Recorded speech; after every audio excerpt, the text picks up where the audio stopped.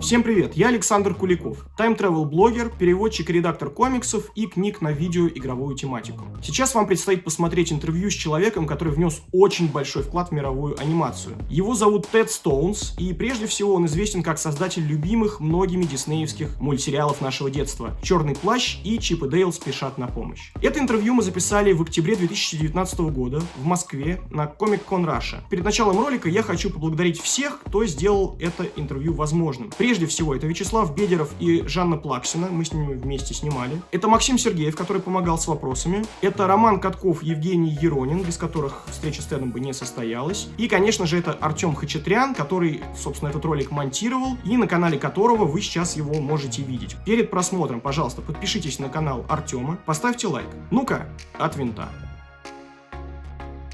Mr. Stones, hi.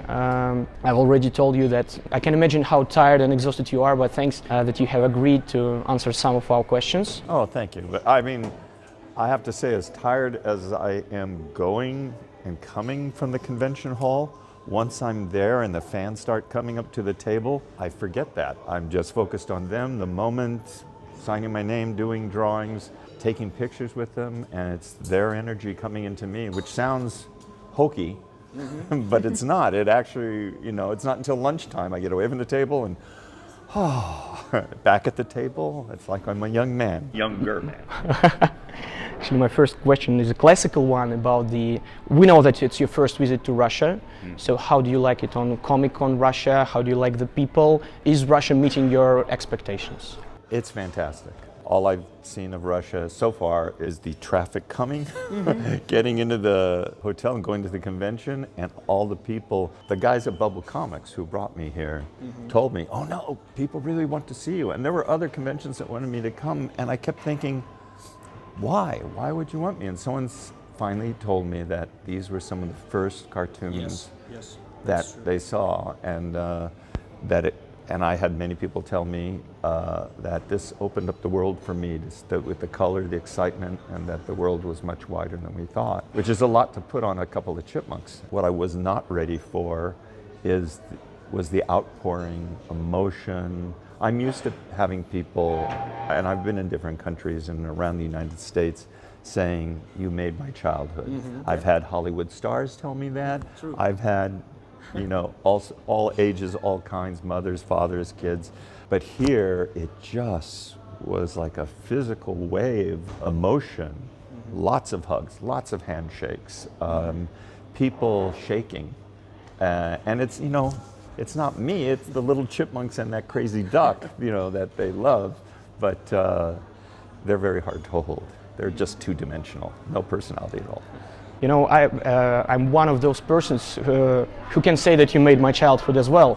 Disney afternoon shows were extremely popular here, extremely, because they were broadcasted right before the Soviet Union collapsed, and they were one of the first Western TV shows that were broadcasted on Soviet television. So it was just a gush of fresh air, a breath of fresh air. Absolutely mind-blowing experience for the children, for the adults as well.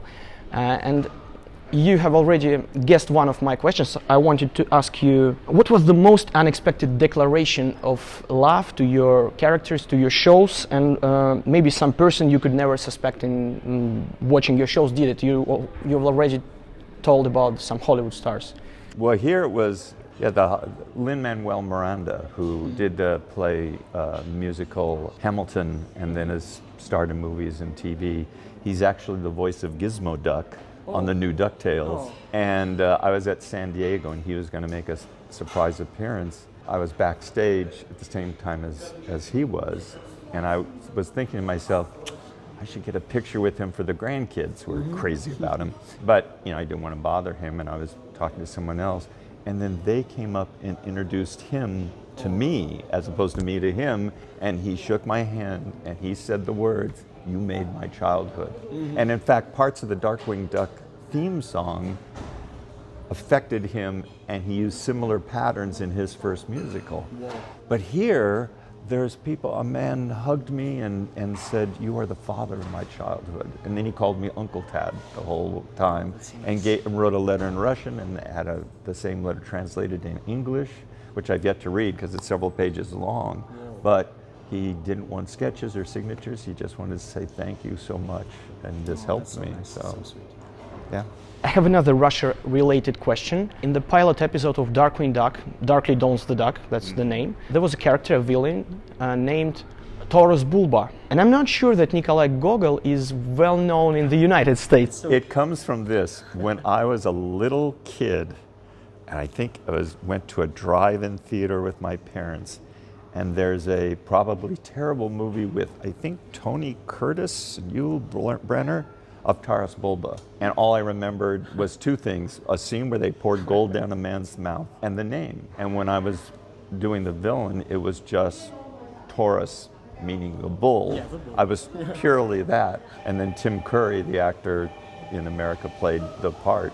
And we didn't use him a lot in the show, but he had a sense of presence and dignity. And he'll be popping up in the He looks like the Kingpin from the Marvel. Very much so, yeah, very much so. And that was the role he was to play. You worked at Walt Disney Television Animation since its foundation in 1984.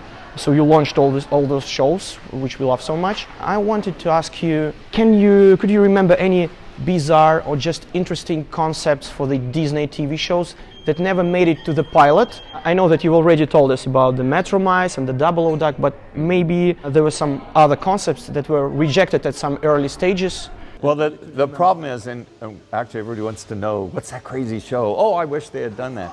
But the thing was, especially when I first went to TV, because technically I started out in management, I was called the creative manager, and I was supposed to reach out to writers and get people from outside to pitch ideas. But I had always been at feature films and then Imagineering, designing rides for Epcot Center. Wasn't really familiar with how television worked, where yes, you take pitches from outside, but to me it kind of felt wrong. I was like, wait, this guy from the outside we're going to pitch his idea and he's not being paid for that? And and of course it went, he would be paid for it, he'd be part of the show.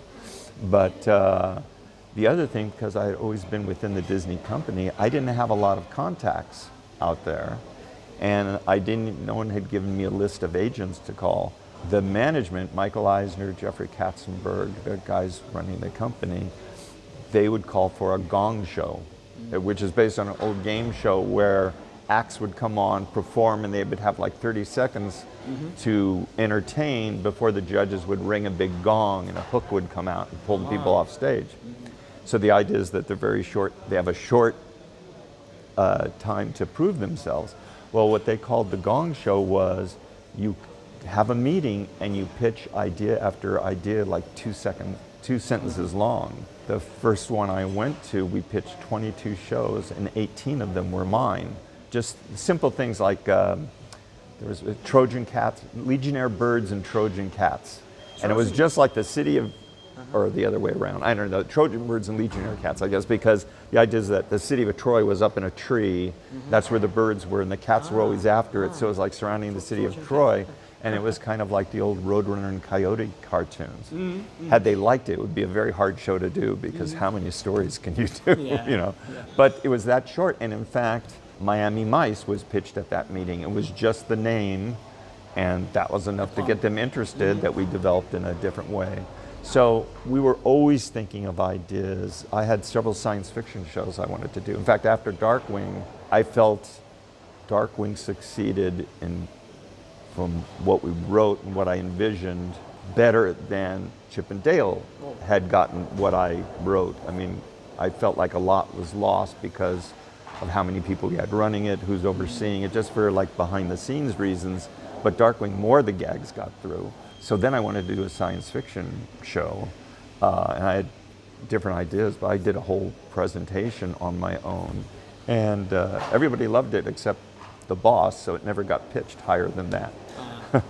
But usually it is just, I would not have come up sitting down, I doubt that I would come up with Darkwing Duck, but I was told to do double O duck, and that gave me a limitation, and then that didn't work, so it changed into something else, and that's how all the ideas are. You pitch something, you have an idea, and then you see where it goes. I had an idea once for a fairy detective, and I just did a drawing of the, I had a drawing of the typical guy in the trench coat and holding some sort of gun, but there was like magical things around it, and he had giant fairy wings out the back. And that didn't go, but I kept, because it was, the idea was sort of like Men in Black, except instead of covering up UFOs, these are the people who try to keep the supernatural world a secret from the human, and that turned into a brother and a sister, then it turned into a young girl who turned out her father was a fairy, so she said, and she finds out not only was her father a fairy, but he was part of the royal family. And this is a girl in a leather jacket, kind of emo, and she said, wait, you're telling me I'm a fairy princess? And it was like my line for that, and I have the rights to it still, so who knows, was at the age most kids break out in acne, Emerin broke out in wings. You know, and it's just one day she was in the mirror, what's that? So that could have been a great show. So I kept going back to it and doing it.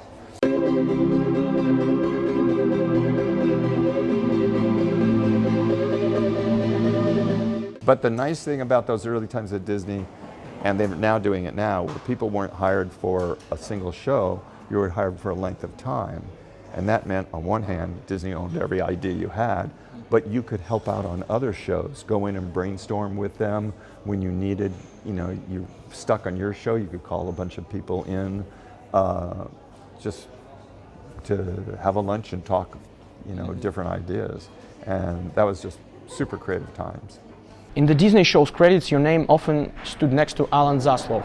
Yes. When yesterday I was preparing for this interview, I suddenly knew that he passed away this week. Yeah, I found out it was the first day here, and I checked my phone, and I had a direct message from the woman, Maya Matisse, who was our production manager, or the line producer that, really herded the cats, kept things running. And she was on a season of Gummy Bears, I think, and Rescue Rangers and Darkwing Duck with Alan and I. But Alan, who I believe has a Russian heritage, as a matter of fact. His last name, yeah. Yeah. Alan, his career went all the way back to like Warner Brothers Termite Terrace. Now he was a little kid then, running errands. But then he was in the landmark UPA studios, who really started doing experimental animation instead of just traditional full animation. Worked at Warner's again in television, worked at Hanna-Barbera, and then Disney brought him to help out on DuckTales. He was a gentleman, always supportive of artists, would always make time to visit their crew members so they felt like a connection there. He was like a mentor. Very much so. He also, I had forgotten this, but he also taught life drawing classes. And John Musker, who did Little Mermaid and Aladdin and all that, he took a life drawing class with Alan, and he was writing about it online, saying Alan had a different way of teaching life drawing that was different from what they had been instructed at Cal Arts, and he really appreciated, the personality. He was a mentor to a lot of people, and just a great guy. So it was a shock, yeah. Okay, I suggest to switch to DW. Sure. Several questions about him. Well, fans still keep discussing whether Darkwing Duck is a Batman spoof or a Green Hornet parody or the Shadow spoof. But I'd like to ask you, are you familiar with the Italian Disney duck character whose name is Paperinik? Oh, yeah. In Italian, yeah. I wasn't familiar with him when I did Darkwing, but years later I found these beautiful covers online when he was kind of reinvented around 2000, I think, somewhere in there. And I actually put them up around the studio because I said, not, oh, we should do this show, but say, look at the beautiful covers, look how exciting. Here's a fresh way to think about our characters. And then last year or the year before, I went to Belgium for a convention, And I met these wonderful Disney artists from Italy and they do comics for all of Europe. And I met the guy who did those covers, you know, and he was a big fan of mine. But so he didn't have an effect on it. I really appreciate what they did with him. It would be very hard to do that with Donald with his animated voice because, of course, PK talks up a storm, much like he did in the Carl Barks comics. And it's hard to translate. Yeah, it will make no sense. All those tweets and jokes. Yeah.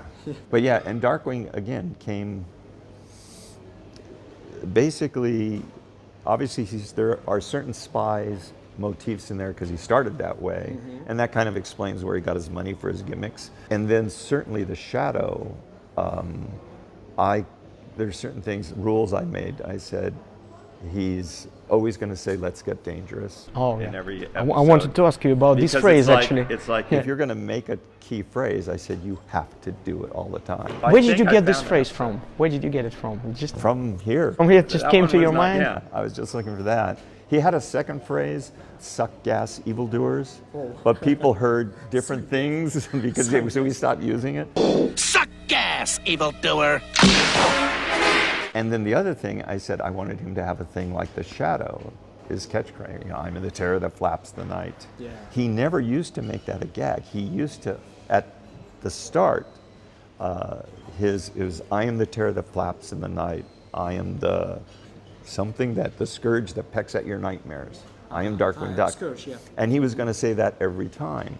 And luckily, our third script was written where Launchpad had to take the place of Darkwing Duck.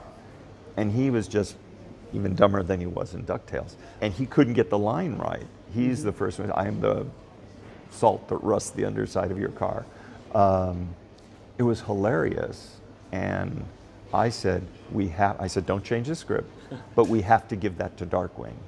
And so we went back and rewrote all the scripts that were in production already, and everybody put that in because it was such a funny thing. And of course, it's his trademark that he always has those funny phrases.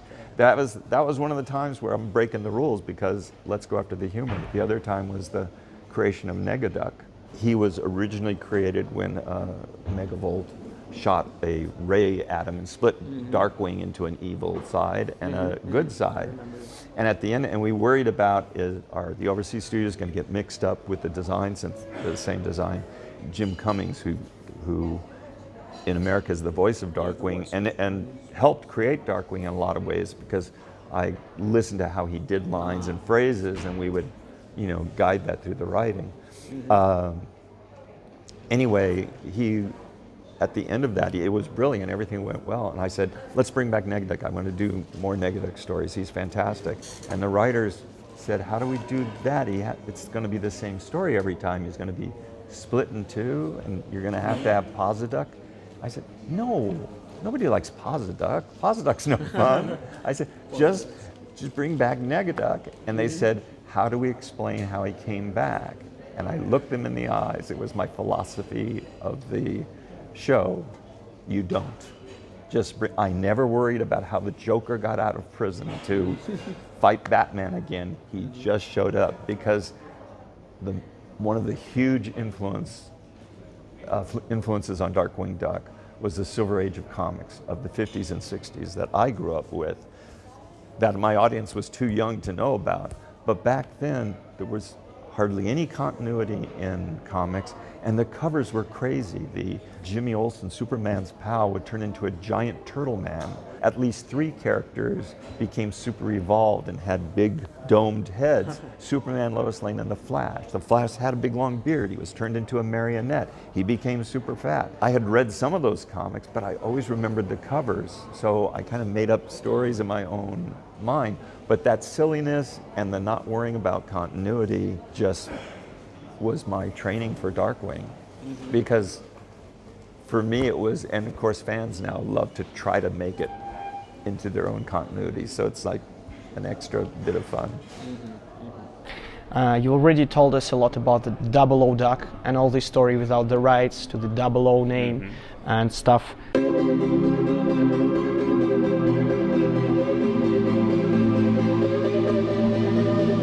I just wanted to ask you, Could you please tell us some more details how different Double O Duck was from Darkwing Duck? Because the design was different. I think he wore a white. The Double Duck basically in the early, he hadn't gone through like final design stage, and the artist who did the pitch art basically drew him Donald Duck in a mask, tell them apart. And we knew that we had to change him, but at least at the selling part, we weren't worrying about the design, it was more the concept. So he looked different, but the beginning was, at that stage, personality-wise, he was still one of his he didn't use his catchphrase, but we used it to help sell the show and his personality, which was looking good while doing good. And that tuxedo was part of it. And to tell you the truth, I don't remember who thought of putting a mask on him and a hat and a cape, because he was a spy. You would think I would remember, and yet if it wasn't part of my idea, when the art showed up, I would have gone, why is he in a mask and a cape? So I guess I've just, forgotten that part of things. But really, he was the start of who Darkwing Duck came to be. We hadn't written scripts. The first script was written by me. I call it the real pilot because its first script is always the one you give everybody to say, okay, this is what I'm talking about. These are the relationships. And so we had never done that when he was still the spy. So his design started to change. I did find some drawings of my own, him with bigger cheeks. Although my character designer, Toby Shelton, is the one who said, oh no, I'm taking the cheeks from Roger Rabbit and putting them on Darkwing, because his job was to make it nothing like a duck we already saw. So instead of a round head, he has that much longer head, these wide cheeks, and of course the huge beak. So really, Double O was the start of the evolution. Goslin was in it, but we didn't do model sheets yet, we hadn't done scripts yet. We started thinking of story ideas. That's about where we were. I saw some merchandise for Double O Duck on the eBay, some metal pins with the... Those were actually made for, and I know I have one, I can't find it, but those were when there was this big convention, a sales convention. It's changed now, but it used to be the syndication market. All the business to business, right? Yeah, exactly. So it was independent stations, networks of groups of stations would always come to that, and that was not just for animation. It was all game shows and reruns and cartoons also. And Disney had obviously hit and been very successful with DuckTales and followed up with Rescue Rangers and Tailspin and the rest. So those pins were made, and they made a lot of pins, but they were made for that, and to basically, when a Disney salesperson would come to your station talking about Darkwing Duck, you just get a souvenir pin and that sort of thing. So it wasn't merchandise, it was sales.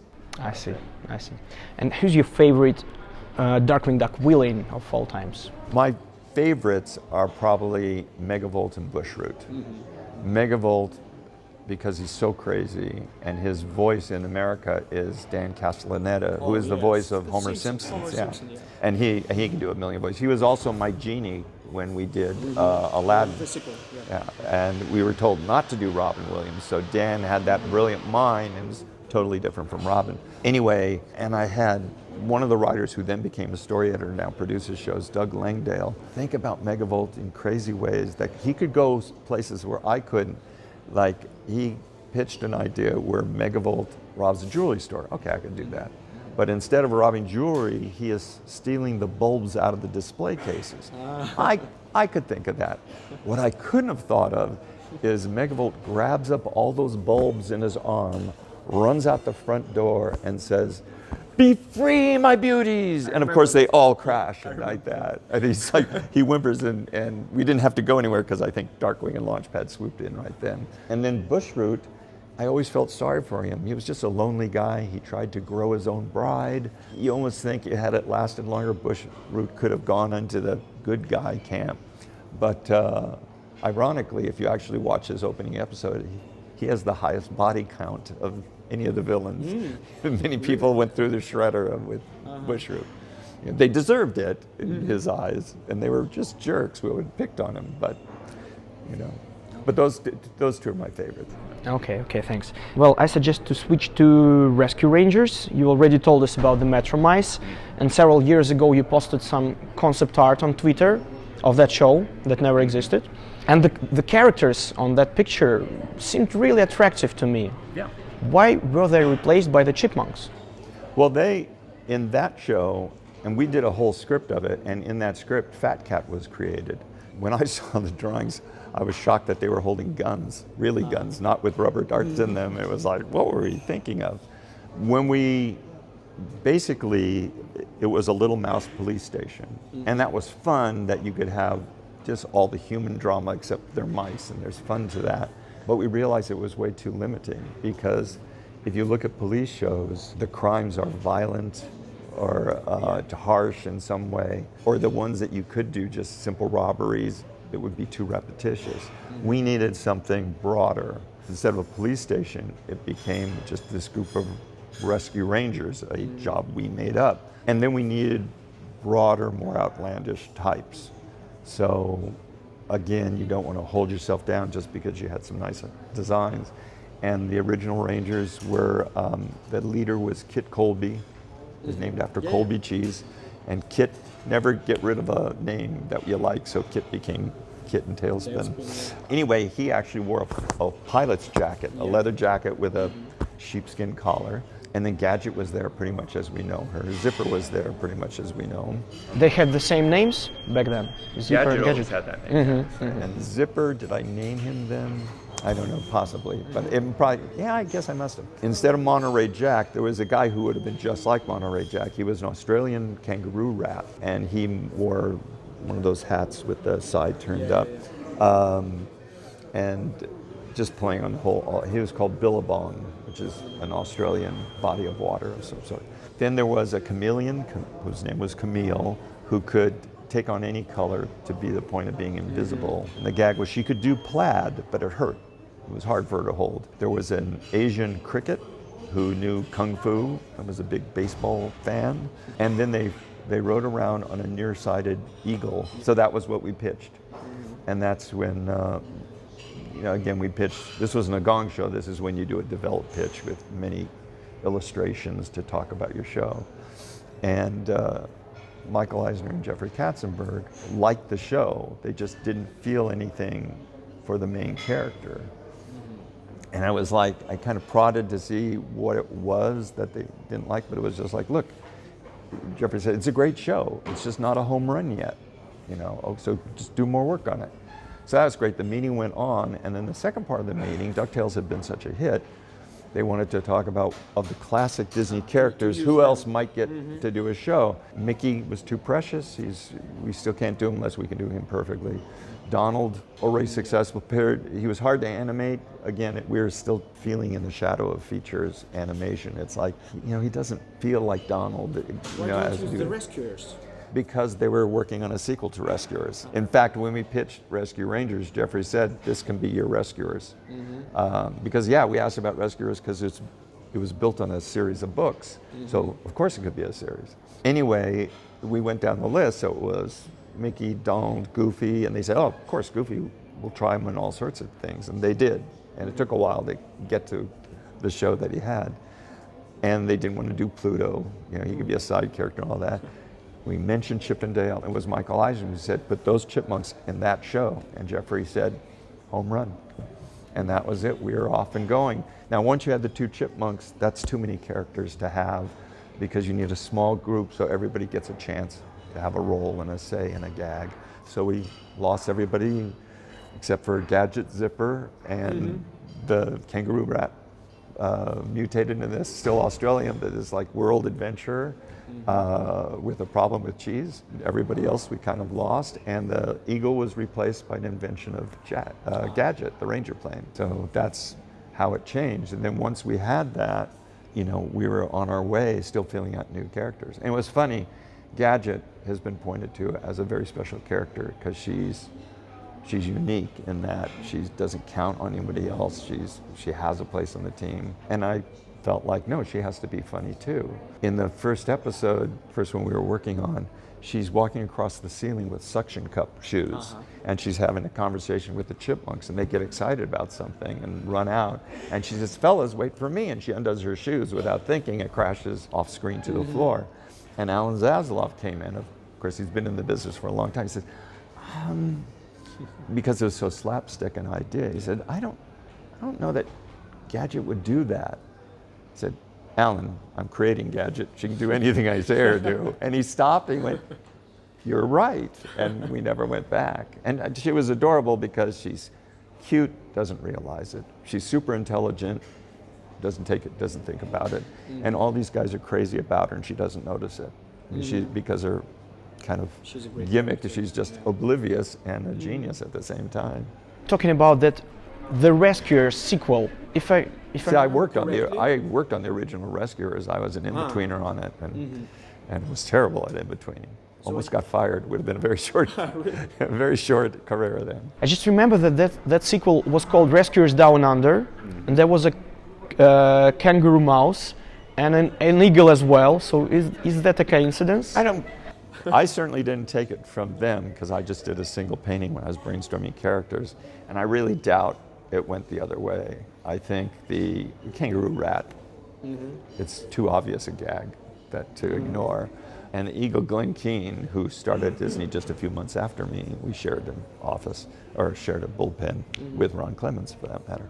He's just magnificent, the power he put into that bird and all that. But I'm sure that just came from their story development, because it wasn't like, we were going for a gag. I think Jim Magon, who was another key creator at the early days of Disney Afternoons, I think he's the one who came up with the idea of a near-sighted eagle. You know, it was supposed to have an eagle eye, and he wore these thick glasses. And that's nothing like what they wanted for the feature film. And are you more a Chip or a Dale person yourself? I've always leaned toward Dale. And it's funny because at conventions, when people want a single chipmunks, they tend to want Chip. And I get it, but at first I always went, well, Dale's a funny one. You know, Chip's kind of the stick in the mud who's frustrated that the crazy guy isn't doing the right thing. But yeah, it was just fun. Darkwing Duck is a lot of my taste in what I wanted in humor.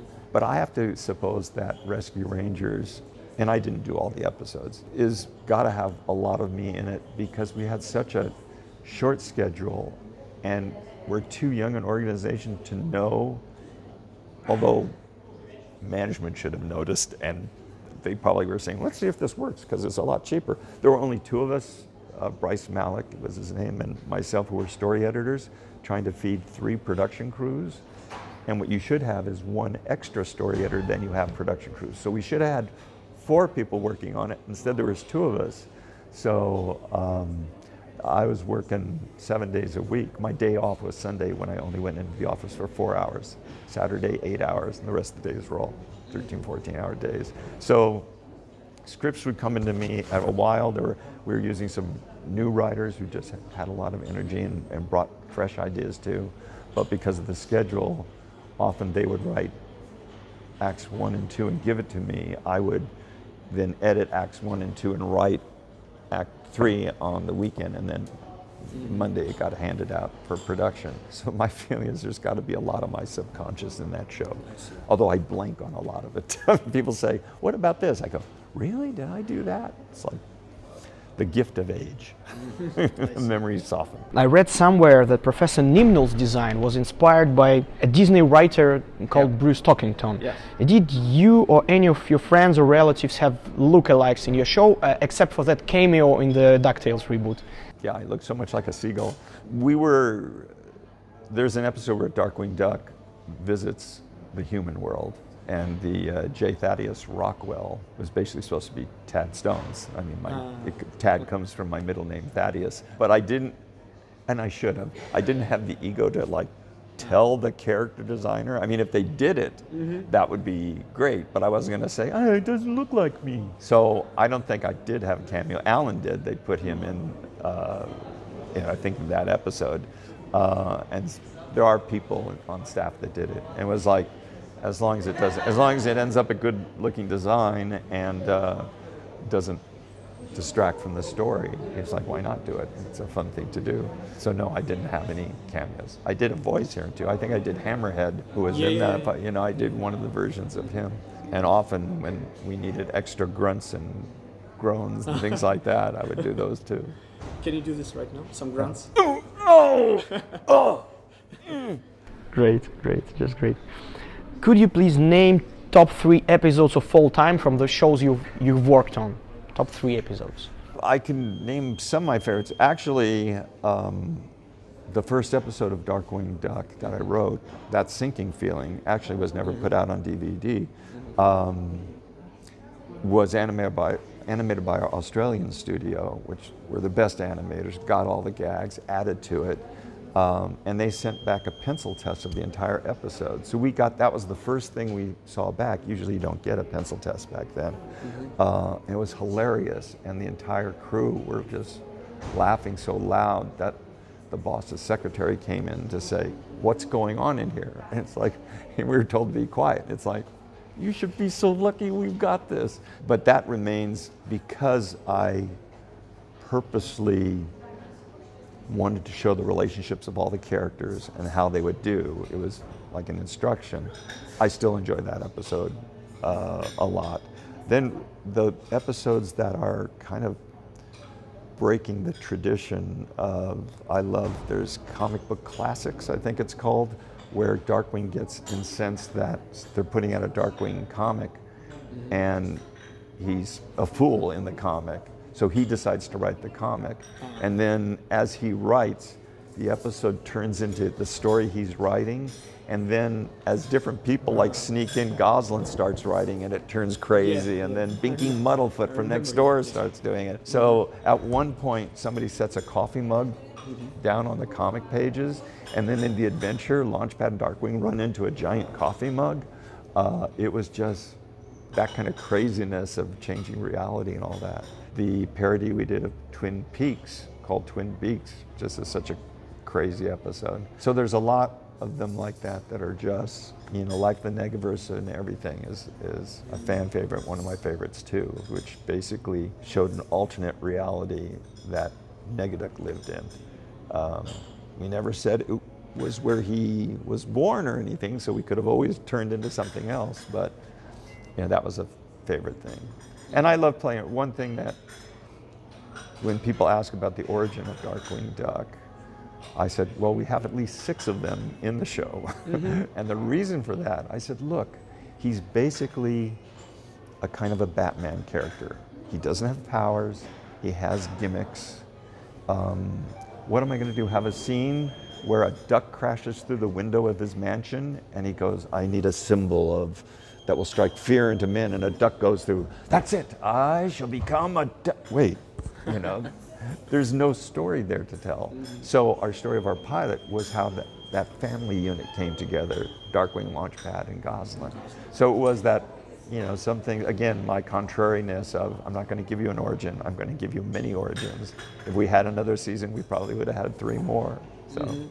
DuckTales reboot. You've already answered lots of questions about that show, that the showrunners, the authors contacted you, but I wanted to ask, did they ask you for any kind of advice or did they just ask for your blessing before using the Darkwing Duck in the show? No, they were always going to do it. They have it, and there's always a nervousness when you go to the creator of a thing. The comics guys did the same thing. They waited till the comic was in production before telling me, hey, we're doing a comic of Darkwing Duck. And I gave them a lot of advice and things like that, and always was pushing them to try new things, and that was a lot of fun working with them. With the DuckTales crew, I forget whether I was invited or called up or something, because I knew people on staff. They are all like the people at this convention. They are all super fans of the Disney afternoon, but they've grown up with modern storytelling and things like that. The art director on that show analyzed old pulp comics because they went back to the origins. You know, I've said this many times, if you're gonna do a new Sherlock Holmes or a Robin Hood, you don't look at the last Sherlock Holmes or Robin Hood movie or TV show and copy it. You go back to the roots, and then, you know, maybe Robin Hood's on the moon and he's shooting laser arrows, or, you know, Sherlock and Watson's a robot or something. So the audience recognizes the basics and they get that you're doing something different. And that's what they're doing with the new DuckTales show, except that they don't go back to the first DuckTales. They went back to Carl Barks comics, Donald Duck comic strips. The origins. Donald Duck. Don Ross's comics. And Don Ross's, yes, and but even farther, Donald Duck cartoons, before he had comics. They went to that and pulled things. And of course, not only DuckTales, but the entire Disney afternoon. Because when they first pitched it, when they first pitched the idea, they said, how much of the Disney afternoon can we use? And the Disney people said, all of it, you know. And even the first time I met them, Frank Angonis, who was Darkwing Duck for Halloween 3 years in a row growing up, he did a school book report on the pilot. He's been writing Darkwing Duck since he was 8. Probably. True fan. And he told me when I first met him, he says, oh, it's the worst kept secret in the studio that there's a spin-off that Frank would like to do, you know, meaning Darkwing, and I hope he gets his chance. I went in and visited him, always been a supporter. They ran Darkwing Duck ideas past me. And now again, I didn't go in and try to say, well, that's not the way the show was. Yeah, the one, because they've dealt with some writers who have that attitude. They kind of have an insult, like, why didn't they call me? I wrote on, you know. I recognized it as, no, you're doing a different thing. Tell me the different thing you're doing. By analyzing everything about those old shows, but giving a reason for anything. Why is Donald always angry? How did Darkwing come to be? They analyzed Darkwing, made him a huge part of Launchpad's personality, even as just when he was a TV show. He talked about him as Darkwing always gets up. And Drake Mallard in the new show, when he was a little kid, was picked on by bullies, and he was inspired by the TV show, and he says, he never gives up, he always gets up. That was true in my show, but I never thought about it in those terms. But they told me that, and I said, yeah, that's 100% correct. But they found a way to use it that enriched those characters. And when they told me how Negaduck came to be, I just said, genius. I said, that is the only thing I said is I talked about the last scene, how the colors would change. There were things about the transition, just technically, I don't know that that'll buy it. And then when you actually watch it, you realize, no, the audience goes right with you. You know, there's certain things you can do in the movies that people don't question. In Jungle Book, Mowgli meets this bear in the woods. They sing one song together. And at the end of the song, Bagheera the panther comes up to try to take him alone. He says, no, I want to stay with Baloo forever. You knew him for one song, but it works in the movie. Yeah, so there's always stuff like that. And they're making the most of the characters. And what I was saying about the art director, because the source material includes the comics, they wanted that feeling too, so they used a zipatone dot pattern in the backgrounds. He analyzed the pulp of comic book paper in the old days when it was even lesser quality, and that had a fabric to it. You could see little threads in it. Every scene of DuckTales on the backgrounds has a high resolution overlay of pulp paper on it. Who's going to notice it? But that's what the art director does. And because they have time to plan out a season, the art director and works with his people so that when emotions change, colors change, background change, design things happen. You know, those are things I was only able to do in some of the direct videos that I did. So I'm their biggest cheerleader. And in fact, their season cast party was this weekend, and they invited me to it, and I was very touched. I said, it's wonderful, and I wrote a message to the crew saying, you know, I'm very touched that you invited me. You guys have done an incredible job. I will literally be on the other side of the world talking about you. Yes. And that's what I've done. Yes, nice, very nice. Okay, Mr. Stounsa, I have only one question left. Do you have a feeling that modern TV shows, modern animation lacks something that had your shows back in the 80s and in the 90s?